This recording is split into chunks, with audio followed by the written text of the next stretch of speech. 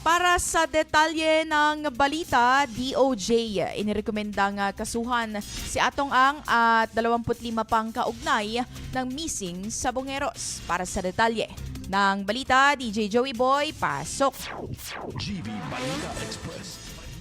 DJ Frankie, nirekomenda ng Department of Justice o DOJ ang pagsasampa ng kaso laban kay Charlie Chu Hai Ang, kilala bilang Atong Ang at 25 iba pa, kaugnay sa serye ng pagkawala ng mga sabungero.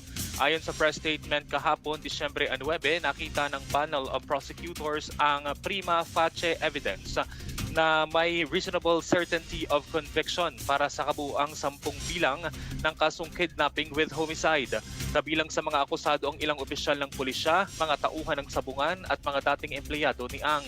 Bukod dito, may 16 na bilang ng kasong kidnapping with serious illegal detention na isinampa rin laban sa parehong grupo, kabilang ang ilang hindi pa natutukoy na pulis. Sa kabuuan, 26 na kaso ang isasampa sa korte para sa pagsasagawa ng paglilitis. Ang mga kasong ito ay bahagi ng consolidated cases ng People of the Philippines versus Charlie Chu Hai Ang et al. Kaugnay sa mga sabungerong nawawala mula 2021 hanggang 2022. Samantala sa mga kasong isinampa sa ibang respondents ay pansamantalang ibinasura, ngunit maaaring muling buhayin kung may bagong ebidensyang lilitaw. Para sa GV Balita Express, ito si DJ Joey Boy sa GV 99.9, your good vibes.